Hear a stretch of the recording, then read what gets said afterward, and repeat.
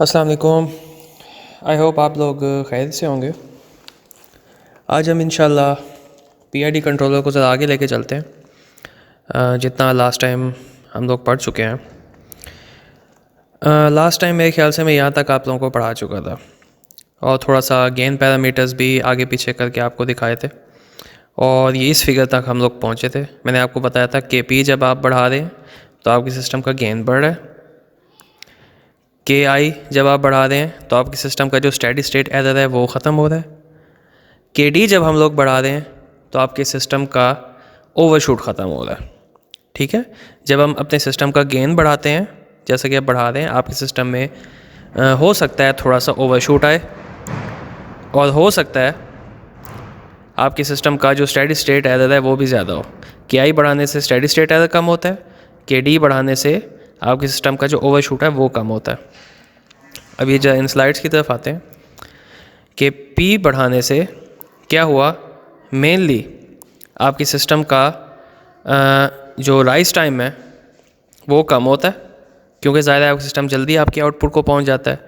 Overshoot बढ़ता है normally, steady state error भी इसमें कम होता है और एट द सेम टाइम इसका जो सेटलिंग टाइम है वो भी मतलब उसमें ज़्यादा कम चेंज आता है। ज़्यादा सेटल तो उसी वक्त ही होना है जब वो अपने स्टेडी स्टेट में पहुंच जाएगा। के आई से हम लोग अपना जो स्टेडी स्टेट एरर है ना वो कम कर रहे होते हैं, लेकिन उसके साथ हम लोग हमारे जो राइज टाइम, ओवरशूट और सेटलिंग टाइम पे भी कुछ तब्दीलियाँ आ रही होती हैं। ठीक, और के डी बढ़ाने से हम लोग क्या कर रहे होते हैं, मेनली हम लोग अपना ओवरशूट कम कर रहे होते हैं। जब ओवरशूट कम होता है इसका मतलब ये है कि उसका जो सेटलिंग टाइम है स्टेडी स्टेट तक पहुंचने का, ज़ाहिर वो भी जल्दी आ जाएगा। दैट मीन्स कि उसका जो सेटलिंग टाइम है वो भी कम हो गया। ये एक छोटा सा चार्ट बना हुआ है। मेनली आपने बस ये चीज़ में रखना है कि के पी बढ़ाने से आपके सिस्टम का जो रिस्पॉन्स है वो आपकी आउटपुट को पहुंचता है और इससे आपका जो स्टेडी स्टेट एरर है वो कम होता है। के आई बढ़ाने से स्टेडी स्टेट एरर आपका बिल्कुल ज़ीरो होता है और के डी बढ़ाने से आपका जो ओवरशूट है वो कम होता है। ये जो फिगर है ये एक पूरी मतलब मुझे सबसे अच्छी इंटरनेट पर मौजूद यही चीज़ ही लगी है। इस फिगर को आप जैसे देखते जाएं आपको समझ में आ जाएगा। विकिपीडिया की है, इजीली अवेलेबल, आप देख सकते हैं इसको, नहीं तो मैं सेंड कर दूंगा किसी को चाहिए तो। चलें अब ज़रा आगे चलते हैं। अब पीआईडी कंट्रोलर हम लोग डिज़ाइन किस तरह कर सकते हैं। ये चीज़ें तो आप लोगों को पता है कि प्रोपोर्शनल बढ़ाने से आपका राइज टाइम बढ़ता, डेरिवेटिव से ओवरशूट कम करना, इंटीग्रल से आप स्टेडी स्टेट एरर कम करना। अब ये काम करना किस तरह है, प्रोपोर्शनल के लिए आपके पास गेन है के पी, इंटीग्रल के लिए ओवरशूट कम स्टेडी स्टेट एरर कम करने के लिए या ज़्यादा करने के लिए आपके पास है के आई इसका गेन, और ओवरशूट बेहतर करने के लिए आपके पास है के डी। अब आपने इनको randomly hit and trial method के ज़रिए डिज़ाइन करना है। ठीक, 28 तारीख को जो हमने लैब की थी, मैंने यहाँ पे लाइव इसको करके दिखाया था। मैं दोबारा आप लोगों को ये करके दिखा देता हूँ। सबसे पहले तो मैंने आपको ये जो पीआईडी टूल है इसका, पीआईडी टूल के ज़रिए इसको मतलब रैंडमली करना सिखाया। मैं बल्कि आपको ये करके दिखा देता हूँ अभी, इन केस वो पिछली लैब आपको याद हो या ना हो। थोड़ा सा स्लो होता है सिस्टम ऑब्वियसली। अब देखो ये क्या है, ये कोई भी आपका सिस्टम है, इसका मैं आपको ये बता रहा हूँ कि आप पीआईडी टूल के ज़रिए इसको किस तरह डिज़ाइन कर सकते हैं।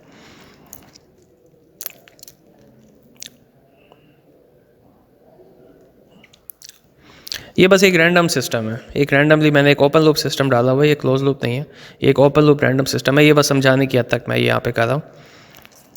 आप ज़्यादा अपने सिस्टम के हिसाब से ही करेंगे। जो लैब के अंदर आपको दिया हुआ है, आपने सबसे पहले उस सिस्टम का ट्रांसफ़र फंक्शन निकालना है, उसके बाद फिर उसको डिज़ाइन करना है। ऊपर से आपने सेलेक्ट करना है पीआईडी। हम लोग चूँकि पीआईडी बना रहे हैं तो देयरफॉर पीआईडी। पीआई अगर हम बनाएंगे तो सिर्फ और सिर्फ हम उसका प्रोपोर्शन और स्टेडी स्टेट एरर को काउंट करेंगे।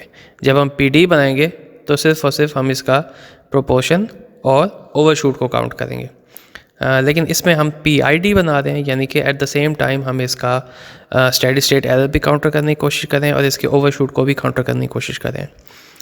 अब यहाँ पे देखें, आप मैनुअली ये दो चीज़ें सेट करेंगे। जब अपने सिस्टम का आप रिस्पॉन्स फास्ट करेंगे तो क्या होगा, आपका राइस टाइम जल्दी आएगा। राइस टाइम जल्दी आने का मतलब ये है कि हो सकता है आपके सिस्टम में थोड़ा सा ओवरशूट भी आए। ठीक, अब वो जो ओवरशूट है वो कम करने के लिए ये नीचे से आप जो ट्रांजिएंट बिहेवियर है ना, इसको एग्रेसिव की बजाय रोबस्ट करेंगे। ठीक, लेट्स से मैंने इसको थोड़ा सा रोबस्ट किया, आपने देखा इसका ओवरशूट ज़रा कम हो गया। अब यहाँ पे आपके पास क्या है, आपके जो पैरामीटर्स है ना वो आपके पास आ गए कि अगर इस तरह का आप रिस्पॉन्स चाहते हैं तो आपके गेन पैरामीटर्स ये होंगे। जो हमने अभी सिस्टम दिखाया है यहाँ पे, ये वाला, ये सिस्टम काफ़ी हद तक एक बेहतर कंट्रोल्ड सिस्टम था। सेकंड ऑर्डर सिस्टम है ये वाला, और ये एक अच्छा मतलब एक बेहतर सिस्टम था। अगर इसके अंदर कोई बहुत ज़्यादा ओवरशूट आ जाए, अगर कोई आपका डिफरेंट सिस्टम हो, तो फिर ज़्यादा आपके गेन पैरामीटर्स भी अकॉर्डिंगली वैसे ही चेंज होंगे। तो एनीवेज़ यहाँ पे आपने ना मैनुअली अपने सिस्टम को ट्यून करना है। अब ये मैं फास्ट कर रहा हूँ इसको, आपके सिस्टम में आप देख सकते हैं थोड़ा सा ओवरशूट आ रहा है। अब जो गेन पैरामीटर्स हैं इसके वो ज़्यादा चेंज हो गए, डिफरेंट है। और अगेन वही चीज़, आप जितना ज़्यादा केपी बढ़ाएंगे आपका सिस्टम फास्ट होगा। और यहाँ पे जो रोबस्ट करने का बात है, रोबस्ट करने का मतलब ये है कि यहाँ पे मेरा स्टेडी स्टेट एरर भी कम हो और एट द सेम टाइम मेरा जो ओवरशूट है वो भी मिनिमम हो। तो इसको आपने रैंडमली इस तरह से मैनुअली बना सकते हैं। अच्छा, अभी मैंने एक वर्ड यूज़ किया है, मैंने अभी आपसे कहा है कि पीआईडी कंट्रोलर आप लोग हिट एंड ट्रायल तरीके से करते हैं। मतलब डिज़ाइन करने का मतलब ये है कि ये जो गेन पैरामीटर्स है ना, के पी, के आई और के डी, इनको बनाना, ये बताना कि डिज़ाइन पैरामीटर्स आपके हैं क्या, आपके जो गेन पैरामीटर्स हैं ये क्या है। डिज़ाइन करने का मतलब है के पी, के आई और के डी की वैल्यू फाइंड आउट करना। ओके, ये बात आपने ज़हन में रखनी है। डिज़ाइन पैरामीटर्स मतलब के पी, के आई और के डी की वैल्यू फाइंड आउट करना। अच्छा, ये तो था पहला टास्क इसके अंदर। अब ये ज़रा मैं दूसरा टास्क आप लोगों को बताता हूँ। यहाँ पे आप लोग देख सकते हैं हमने एक पीआईडी कंट्रोलर डिज़ाइन किया है for different values of gain parameters. ठीक, अगर आपको याद हो, बल्कि अभी तो मैंने वो बंद कर दिया, मुझे भूल गया के पी, के आई और के डी की वैल्यू फाइनल क्या आई थी, वरना हम लोग वही वैल्यू इधर डाल के दोबारा से वही रिस्पॉन्स, कंट्रोल्ड रिस्पॉन्स भी हम लोग निकाल सकते हैं। चलें फ़िलहाल ज़रा यहाँ तक ही इसको पहले देखते हैं। क्लियर ऑल CLC, न्यूमरेटर पे है आपका 13, डिनोमिनेटर पे है 1, 13 और 2। ठीक, और ये फिर क्या हो गया, SYS1 मैंने इसको नाम दे दिया। ये transfer function 13 over S² + 13S+2, ये कुछ इस तरह से बन जाएगा। मतलब अगर मैं आपको दिखाना चाहूँ ये,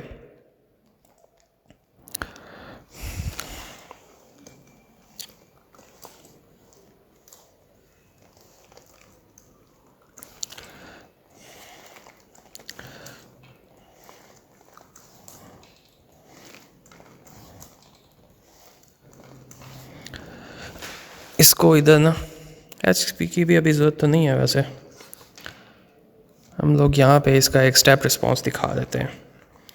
स्टेप रिस्पॉन्स ऑफ SYS1, इसका तो देखते हैं स्टेप रिस्पॉन्स क्या आता है।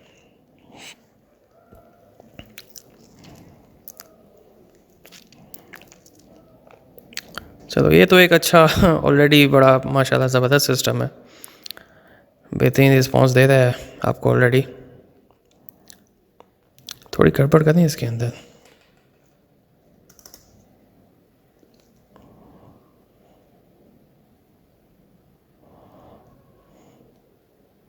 वाह, ज़बरदस्त हो गया। अब ज़रा इसका कंट्रोलर डिज़ाइन करते हैं हम लोग। अब ये स्टेप रिस्पॉन्स में आप देख सकते हैं थोड़ा सा ओवरशूट है। मैं अब इसका पीआईडी कंट्रोलर डिज़ाइन करना चाह रहा हूँ और मैं इसको क्लोज लूप भी करूँगा इसके साथ ही।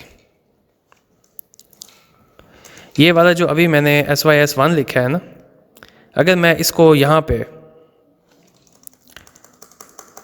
इस तरह करूँ, पहले क्लोज लूप इसका रिस्पॉन्स मैं चेक करूँ, तो इसको मैं नाम दे देता हूँ T1 लेट्स से।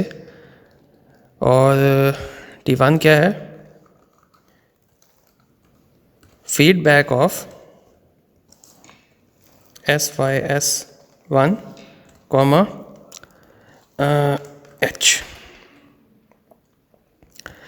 ये देखो SYS1 और H, इन दोनों का जो फीडबैक है ना, उसके लिए मैंने कमांड लिखी है। और इस पूरी फिगर, ये जो ऊपर फिगर बनी है जहाँ पे मैं माउस घुमा रहा हूँ, इसका नाम मैंने रख दिया T1। ओके, SYS1 और फीडबैक H की वैल्यू मैंने इधर यूनिटी फीडबैक रखा है, इसको वहाँ रखा है। आप इसको चेंज भी कर सकते हैं, कोई ऐसी बात नहीं है। तो मैं ज़रा इसका अगर मैं स्टेप रिस्पॉन्स चेक करूँ,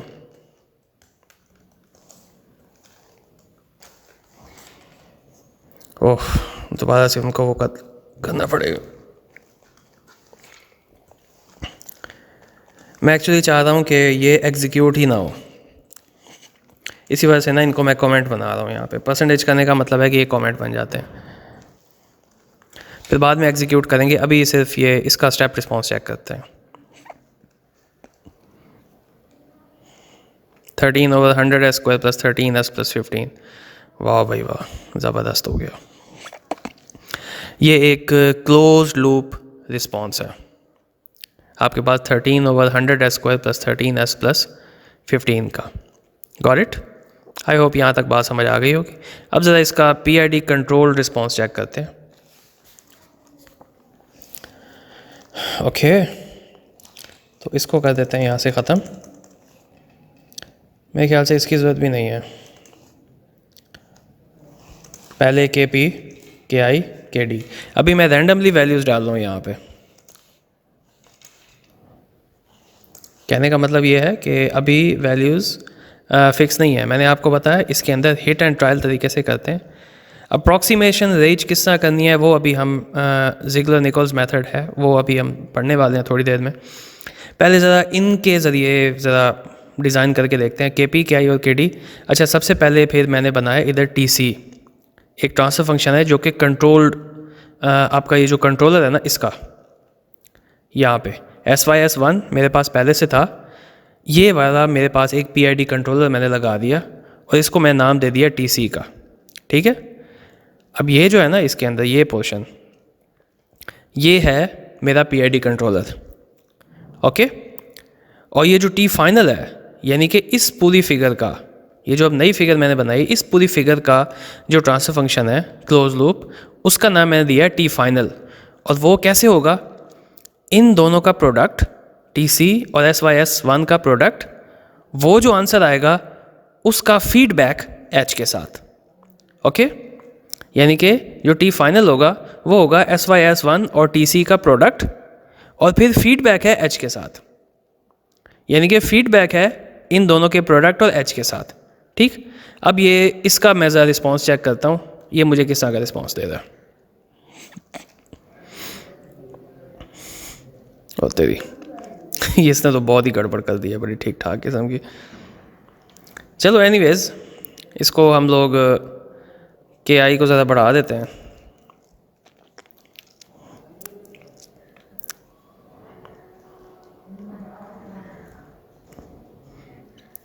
वाह, स्टेडी स्टेट है, इसने कम करने की कोशिश कर दी है। चलो ओवरशूट भी कम करा देते हैं इससे।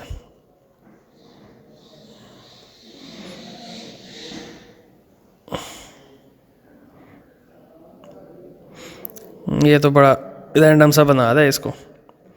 चलें एनीवेज, मेन चीज़ ये है कि इस तरह से पहले आप हिट एंड ट्रायल मेथड से करते हैं, लेकिन कभी कभी आप ये चाह रहे होते हैं कि यार ये जो हिट एंड ट्रायल मेथड है, जिस तरह अब मेरे सामने सिचुएशन आ चुकी है, मेरे सामने अब सिचुएशन इस तरह की आ चुकी है कि मैं अप्रॉक्सीमेशन नहीं समझ पा रहा कि यार KP की कमो बेश कितनी वैल्यू लगाऊं, KI की कमो बेश कितनी हो, KD की वैल्यू कमो बेश कितनी हो। यानी कि मैं ज़ाहिर है -∞ से +∞ तक वैल्यू मैं लगा सकता हूँ KP, KI और KD की, लेकिन मुझे एग्जैक्ट ना वो नहीं मिल रहा कि यार मैं किस हद तक इसकी वैल्यू को लगाऊं, किस हद तक इसकी वैल्यू को चेंज करूं। अब यहाँ पे मैंने KP मैंने 1 कर दिया, तो मेरा रिस्पॉन्स कंपैरेटिवली बेहतर आ गया। तो ये चीज़ फाइंड करने के लिए कि यार मैं किस हद तक मेरी वैल्यू जानी चाहिए, उसके लिए एक हमारे पास मेथड है। वो क्या है? Ziggler Nichols PID tuning method. ठीक है, इसके दो मेथड्स हैं। हम दोनों मेथड जो है ना ज़िग्लर निकोल्स के, वो अभी हम करने की कोशिश करते हैं। तो सबसे पहले देखो, मैंने पिछले लेक्चर में आपको बताया था PID कंट्रोलर का जो ट्रांसफर फंक्शन होता है ना, वो कुछ इस तरह से होता है। यानी कि यहाँ पे जो सिर्फ ये वाला है TC, इस TC का जो ट्रांसफर फंक्शन है ना, वो कुछ इस तरह से होगा। तो आपके प्लांट में ये इस तरह से ज़ाहिर है यहाँ पे लग जाएगा। उसके बाद क्या है, उसके बाद ये है कि यहाँ पे आपके पास अगर मैं KP इसमें से निकालूँ कॉमन, मतलब थोड़ी सी मैं सिंप्लीफिकेशन कर रहा हूँ, तो यहाँ पे जो KP ओवर KI बन जाएगा, इसको मैं कह दूँगा इधर TI। यहाँ पे आप लगा वैल्यूज़ डाल के देख लें, ऊपर KI रह जाएगा, नीचे KP बन जाएगा। तो 1/TI is equal to KI over KP, that means TI is equal to KP over KI। इसी तरह अगर इसमें से KP कॉमन करूँगा तो यहाँ पे क्या बन जाएगा मेरे पास, यहाँ पे KD ओवर KP बन जाएगा। ठीक, तो TI हो गया KP ओवर KI, TD हो गया KD over KP। In that equation अगर इसमें से मैं KP कॉमन लूँगा तो आई होप ये तो सिंपल मैथमेटिक्स है, ये बात तो आपको समझ में आ चुकी होगी। एक दफ़ा इसमें से KP कॉमन लेके देखो इस वाली ऊपर वाली इक्वेशन में से, तो यहाँ पे जो आप बनेगा, इधर आपके पास खुद ब खुद TI और TD आ जाएगा। TI TD इसके अंदर डालोगे तो ऑब्वियसली वही इक्वेशन एज इट इज़ बन जाएगी कि इसमें से KP कॉमन लिया हुआ है ऊपर वाली इक्वेशन में से। सिंपल सी बात है इंजीनियर, तो ये बात तो आपको समझ में आ गई होगी। अब ये TI और TD इंट्रोड्यूस कराने का मकसद क्या था, ये अभी आपको थोड़ी देर में समझ आएगा। ये जो ज़िग्लर निकोल्स मेथड है ना, उसमें इसका इस्तेमाल है। तो वहाँ पे अब बातें वही लिखी हुई हैं कि ज़िग्लर निकोल्स मेथड जो है ना, ये उस वक्त कारआमद होगा मेनली जब आपके पास सिस्टम का ट्रांसफ़र फंक्शन गिवन नहीं है, लेकिन सिस्टम का रिस्पांस गिवन है। तो ऐसी सिचुएशन के अंदर ये मेथड बड़ा अच्छा काम करता है। और अगर आपके पास सिस्टम का ट्रांसफ़र फंक्शन गिवन है, फिर तो कोई मसला ही नहीं है, फिर तो आप बड़ी आराम से रिस्पांस वैसे ही निकाल सकते हैं। अब यहाँ पे एक चीज़ बड़ी इंपॉर्टेंट है, Ziegler Nichols tuning rules give an educated guess for the parameter values and provide a starting point for fine tuning rather than giving the final setting for KP, TI and TD in a single shot। वो ये कह रहे हैं कि ये जो है ना आपको सिर्फ और सिर्फ गैस देता है। मतलब मैंने अभी आपको ये बताया कि यार मैं इसको KP को 1 रखूँ, 2000 रखूँ या -2000 रखूँ, कितना रखूँ KP KI और KD को। ठीक, तो ये जो निकोल्स ज़िग्लर मेथड है ना, ये आपको सिर्फ और सिर्फ एक गैस देता है कि यार इसके आसपास की वैल्यू होगी तो आपका रिस्पांस जो है ना बड़ा एक अच्छा सा खूबसूरत सा रिस्पांस आएगा। आप उसके आसपास की वैल्यूज़ को थोड़ा सा ट्यून करते हैं, आपको एक फ़ाइनल और इनिशियल वैल्यू आपको दे देता है कि आपने इसके आसपास जो है ना ट्यून करना है।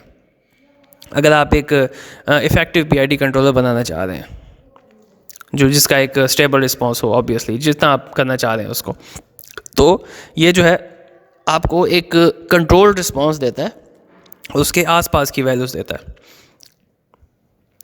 अच्छा, अब चक्कर क्या है, आपने यहाँ पे ना L और T फाइंड करना है। मैं एज्यूम करता हूँ ये इस तरह का कमोबेश आपके पास एक रिस्पांस आता है, सिस्टम का जो स्टेप रिस्पांस आता है।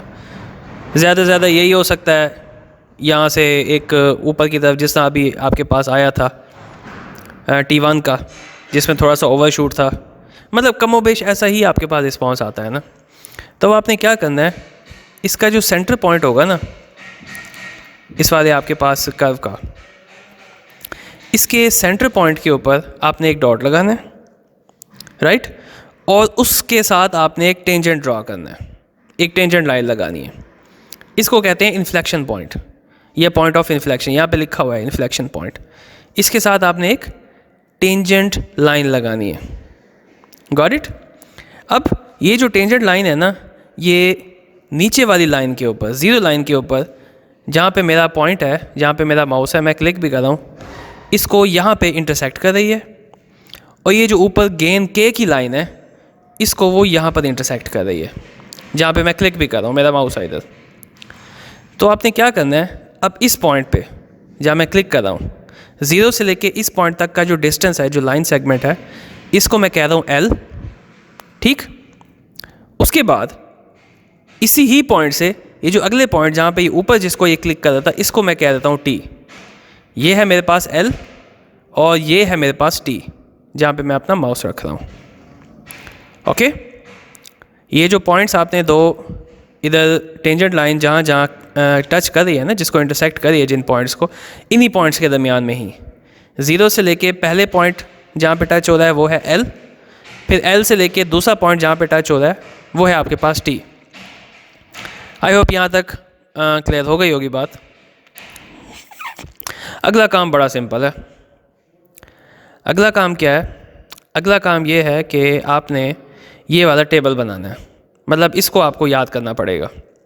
अगर मैं आपको कोई असाइनमेंट देता हूँ ज़िग्लर-निकोल्स फर्स्ट मेथड की, ज़ाहिर है एग्ज़ाम में इस तरह का देना वैसे दिया भी जा सकता है, कोई इतना मुश्किल नहीं है। बस ये जो टेबल है ना, ये आपने याद करना है, इसको रट्टा लगाना है। ठीक, पहले T/L, फिर 0.9 T/L, इस तरह से ये पूरे का पूरा आपका टेबल। तो फिर क्या होगा, इसके अंदर आपने T और L की वैल्यूज़ डालनी है। मतलब मैं एज्यूम कर रहा हूँ कि ये कर्व आपके पास है, आप यहाँ से T और L की वैल्यू निकाल लेंगे जैसा आपके पास कर्व गिवन होगा। और फिर क्या करना है, फिर आपने इधर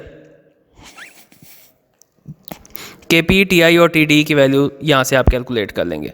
अगर आप PID डिज़ाइन कर रहे हैं तो फिर KP की आपके पास ये वैल्यू होगी, TI की ये होगी, TD की ये होगी।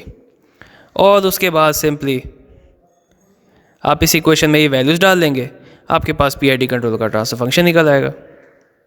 आपको ये पता चल जाएगा ना कि भाई आपके पास KP की क्या है वैल्यू है, KD की क्या है और KI की क्या वैल्यू है। फिर आप बेशक इधर मैटलैब के अंदर इधर KP, KI और KD की वैल्यूज़ डाल दें तो आपके पास बड़ी आराम से निकल आएगा। तो सबसे पहले क्या करना है, आपने ये टेंजेंट लाइन ड्रॉ करनी है। टेंजेंट लाइन से L और T निकालना है। Step 1, draw the tangent line. Step 2, calculate L and T। Step 3, calculate the values of KP, TI and TD। ठीक, स्टेप 3 क्या है, KP, TI और TD फाइंड करना है। अब यहाँ पे आप ये बात ज़हन में रखें, KP, KI और KD नहीं है, ये TI और TD है। ओके, इन वैल्यूज़ के ज़रिए, इन टेबल के ज़रिए अगर आपसे प्रोपोर्शनल डिज़ाइन करें हैं तो फिर आपके पास ये पहली रो होगी। अगर PI डिज़ाइन करें तो फिर आपके पास दूसरी रो होगी। अगर PID डिज़ाइन करें तो फिर आपके पास तीसरी रो होगी। मैं एग्ज़ाम में मेनली PID ही दे सकता हूँ अगर दिया तो आपने ये तीसरी रो के अंदर KP, TI और TD की वैल्यू फाइंड करना है। ये था आपके पास स्टेप 3 एंड स्टेप 4। स्टेप 4 के अंदर आपने सिंपली यहाँ पे वैल्यूज़ डाल के TI और TD की, यहाँ से आपने KP, KI और KD फाइंड करना है। पहले T था स्टेप 3 में, स्टेप 4 में आपने Ks फाइंड करने हैं, KP, KI और KD स्टेप नंबर 4 में। और स्टेप 5 में सिंपली आपने यहाँ पे KP और KI और KD की वैल्यूज़ डाल के मैटलैब के अंदर उसका रिस्पॉन्स देखना है कि क्या आपके पास उसका जायज़ रिस्पॉन्स जो आप चाह रहे हैं, जायज़ और हलाल रिस्पॉन्स वो है कि नहीं है। अगर वो नहीं है तो आपको ये अंदाज़ा हो जाएगा कि आपने किस के आसपास रखनी है अपनी वैल्यूज़, KP, KI और KD की। मतलब हो सकता है मैं निकोलस-ज़िग्लर मेथड के ज़रिए वैल्यूज़ कैलकुलेट करूँ तो मुझे ये बता दे KP आपने इतना रखना है, KI 10 रखना है, KD 200 रखना है, तो मुझे अपनी ना एक लिमिट अंदाज़ा हो जाएगा, मतलब इसके आसपास मैंने रखना है अपना। अच्छा, ये तो है निकोलस-ज़िग्लर्स फर्स्ट मेथड। इसका एक दूसरा मेथड भी है। दूसरा मेथड क्या है? दूसरा मेथड ये है, मैं ज़रा थोड़ा समराइज़ कर रहा हूँ। सबसे पहले आपने TI को रख देना इन्फिनिटी, TD को रख देना 0, यानी कि सिर्फ़ और सिर्फ आप KP को ही कंसिडर करेंगे। KP को अपने प्रोपोर्शनल गेन को आपने बढ़ाते चले जाना है, उस वक्त तक बढ़ाना है जब तक आपके पास आपका सिस्टम इस तरह से, ये क्या है इसको कहूँगा यार मैं, अनस्टेबल ना हो जाए। ठीक है, जब आपका सिस्टम टोटली अनस्टेबल हो जाएगा ना, उस वक्त तक आपने बढ़ाते चले जाना है। वो आपने लिमिट फाइंड करनी है KP की जब आपका सिस्टम बिल्कुल अनस्टेबल हो जाएगा। वो लिमिट होगी आपके पास KCR, यानी कि K की वो क्रिटिकल वैल्यू जिसके बाद आपका सिस्टम अनस्टेबल हो जाएगा। मतलब लेट्स से मैं इधर के आई भी कर देता हूँ 0, इसको भी मैं कर देता हूँ 0, के पी को मैं रख देता हूँ 1।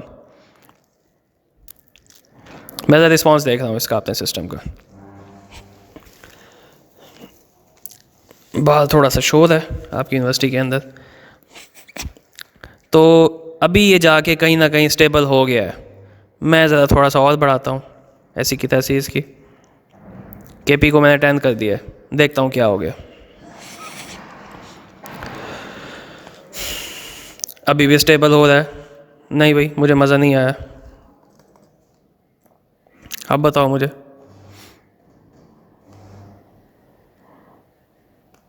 ओए होए होए होए होए, बाल फ्रीक्वेंसी इसकी बढ़ती जा रही है। एनीवेज, लॉन्ग स्टोरी शॉर्ट यही है कि आपने ना समहाउ बाकी जो आपके गेन पैरामीटर्स हैं उनको ज़ीरो कर देना है। मतलब जब टी आई इन्फिनिटी और टी डी ज़ीरो करेंगे तो ऑब्वियसली के आई भी ज़ीरो हो जाएगा, के डी भी ज़ीरो हो जाएगा। उनके जो फैक्टर्स हैं ना वो ज़ीरो हो जाएंगे, सिर्फ आपके पास प्रोपोर्शनल गेन वाला फैक्टर रह जाएगा। तो आपने इसको इतना बढ़ाना है, उसका क्रिटिकल पॉइंट देखना है जब ये आपके पास अनस्टेबल हो जाएगा, यानी कि इस तरह से ना आपके पास अनडैम्प्ड रिस्पॉन्स आ जाएगा जिसमें किसी भी किस्म की कोई डैम्पिंग नहीं हुई। आपने नोट उसमें से दो चीज़ें करनी है। एक, वो क्रिटिकल वैल्यू जिसके बाद वो अनडैम्प हुआ, यानी कि KCR। इसके अलावा इसका जो पीरियड है, इसका जो टाइम पीरियड होगा, ठीक है। टाइम पीरियड आई होप आपको पता हो। टाइम पीरियड क्या होता है? जब आपके पास एक वेव पूरी की पूरी गुजर जाए, तो ये जो इसका टाइम पीरियड होगा ना, यानी कि 1/f जिसको कहते हैं, मतलब इस पॉइंट से लेकर इस पॉइंट तक ये जो आपके पास टाइम बनेगा जब एक पूरी वेवलेंथ गुजर जाए, चाहे वो ये पॉइंट हो, पीक टू पीक आप कर लें, या मिड पॉइंट ऑफ क्रस्ट से मिड पॉइंट ऑफ ट्रफ से लेके, जिस आपको मेरे ख्याल से वेव्स के बारे में आपको पता होगा, जब एक पूरी की पूरी वेवलेंथ गुजर जाए, वो जो टाइम होता है ना, उसको आप कहते हैं टाइम पीरियड। तो इसको वो पीरियड कह रहा है, PCR, क्रिटिकल पीरियड इसका नाम होगा। KCR और PCR की वैल्यू आपके पास आ जाएगी। उसके बाद क्या है? उसके बाद अब आपने ये टेबल फॉलो करना है for second method. First method के लिए आपने ये टेबल फॉलो करना था, सेकंड मेथड के लिए आपने ये टेबल फॉलो करना है। बाकी सारा तरीक़ेकार एग्जैक्टली वैसे का वैसा ही है, यानी कि बाकी क्या कुछ हो सकता है? बाकी आपके पास PID अगर आप यूज़ करें तो उसके आसपास की वैल्यू आपके पास आ जाएगी। तो यही कुछ है। अब एंड पे आप लोगों का प्रोजेक्ट में आप लोगों ने PID कंट्रोलर डिज़ाइन करना है किसी भी सिस्टम का। मैकेनिकल PID कंट्रोलर भी होता है, बायोमेडिकल PID कंट्रोलर भी होते हैं, ठीक। तो अगर आप कोई इलेक्ट्रॉनिक सिस्टम बनाना चाह रहे हैं ना, मतलब फॉर एग्ज़ाम्पल कहीं पे आपके पास वोल्टेज फ्लक्चुएट कर रही है, ऑसिलोस्कोप पे आप वोल्टेज देख सकते हैं, आप उसको कंट्रोल करना चाह रहे हैं, तो जो आपके पास इलेक्ट्रॉनिक PID कंट्रोलर होता है ना, वो कुछ इस तरह से होता है। KP मैंने आप लोगों को बताया था अपने सिस्टम का प्रोपोर्शन बढ़ाते हैं। ये आपके पास एक सिंपली पावर एम्पलीफायर लगा हुआ जो मैंने आपको पिछले सेमेस्टर में पढ़ाया था। तो ये सिंपली उसका प्रोपोर्शन बढ़ा रहा है, आपके सिस्टम का गेन बढ़ा रहा है। इसका एक वोल्टेज गेन यहाँ पे बढ़ रही है, यहाँ पे, ठीक है। ये जो पहला ऊपर लगा हुआ है ये है प्रोपोर्शनल। अगला आपके पास है डेरिवेटिव। यहाँ पे एक डेरिवेटिव ऑपरेशनल एम्पलीफायर लगा हुआ है। यहाँ पे अगर आप फॉर एग्जांपल KD है, ठीक है, डेरिवेटिव आप कह रहे हैं KD की वैल्यू है मेरे पास 10, तो इस ऑप एम्प को आप इस तरह से डिज़ाइन करेंगे कि इसका जो गेन है ना वो आएगा 10। अगर प्रोपोर्शनल गेन है आपके पास 2, तो इस ऑपरेशनल एम्पलीफायर को प्रोपोर्शनल को आप इस तरह से डिज़ाइन करेंगे कि इसका आपके पास जो गेन आएगा वो आएगा 2। इसी तरह ये जो डेरिवेटिव है KI मैंने रखना है लेट्स से फॉर एग्जांपल 3, तो इस इंटेग्रल को आप इस तरह से डिज़ाइन करेंगे कि आपके पास गेन आएगा 3, ठीक है। तो ये जो KP, KI और KD है, इसको आप अकॉर्डिंगली डिज़ाइन करेंगे इन तीनों एम्पलीफायर्स को, ठीक है। एंड पे फिर इन तीनों को आप करेंगे सम। आगे समर एम्पलीफायर लगा हुआ है। समर एम्पलीफायर भी मेरे ख्याल से आप लोगों को पता होगा, पिछले सेमेस्टर में पढ़ा चुका हूँ, ऑनलाइन पढ़ाया है जितना भी समझ आया। फिर आपको ये भी पता है कि इसके जो गेन्स हैं ये इन्वर्टेड होते हैं नॉर्मली, तो आगे फिर आप इन्वर्टर लगाएंगे। अब आपके पास क्या होगा, एक कंट्रोल्ड रिस्पॉन्स आएगा इधर। ठीक, इस तरह से एक इलेक्ट्रॉनिक PID कंट्रोलर आप डिज़ाइन कर सकते हैं। ये इसकी कुछ डिफरेंट फॉर्म्स हैं, सम करके इसने बनाया हुआ है। फिर एंड पे उसने सारा ला मिला के एक ट्रांसफर फंक्शन भी डिज़ाइन किया हुआ है कि भाई KP अगर आप गेन करना चाह रहे हैं उसकी डिज़ाइनिंग आप R1, R2, R3, C1, C2 इस तरह से सेट करें कि आपकी जो रिक्वायर्ड वैल्यू ऑफ KP है ना वो आ जाए। ये टास्क जो है ना ये मैं अब आप लोगों पे ही छोड़ रहा हूँ। इस पे मैं मेरे ख्याल से स्लाइड्स दिखा दी हैं काफ़ी है। ये आप लोगों को यकीन करो डिज़ाइन करते बनाते बहुत मज़ा आएगा। अपने सीनियर से पूछो उन्होंने किस तरह डिज़ाइन किया था। आपके सीनियर्स ने प्रोजेक्ट्स मुझे अच्छे बना के दिए थे। और PID कंट्रोलर बड़ा इंटरेस्टिंग टॉपिक है। अगर आप ये किसी तरह सम हाउ डिज़ाइन कर लेते हो, यकीन करो FYP बनाते वक्त आप लोगों के लिए काफ़ी चीज़ें स्मूथ हो जाएंगी। मेरे ख्याल से मैं यहाँ पे बंद करता हूँ। बाकी इंशाल्लाह नेक्स्ट क्लास में फिर मैं स्टेट स्पेस स्टार्ट करूँगा। स्टेट स्पेस वैसे मैंने पहले पढ़ाना था, लेकिन फिर मैं ये चाहता था कि PID मैं पहले इस वजह से पढ़ा दूँ ताकि आप लोग फिर प्रोजेक्ट का सोचना शुरू कर दें। प्रोजेक्ट आप लोगों ने PID से ही बनाना है। चलिए ठीक है, थैंक यू सो मच। इंशाल्लाह अगली क्लास में मुलाकात होती है।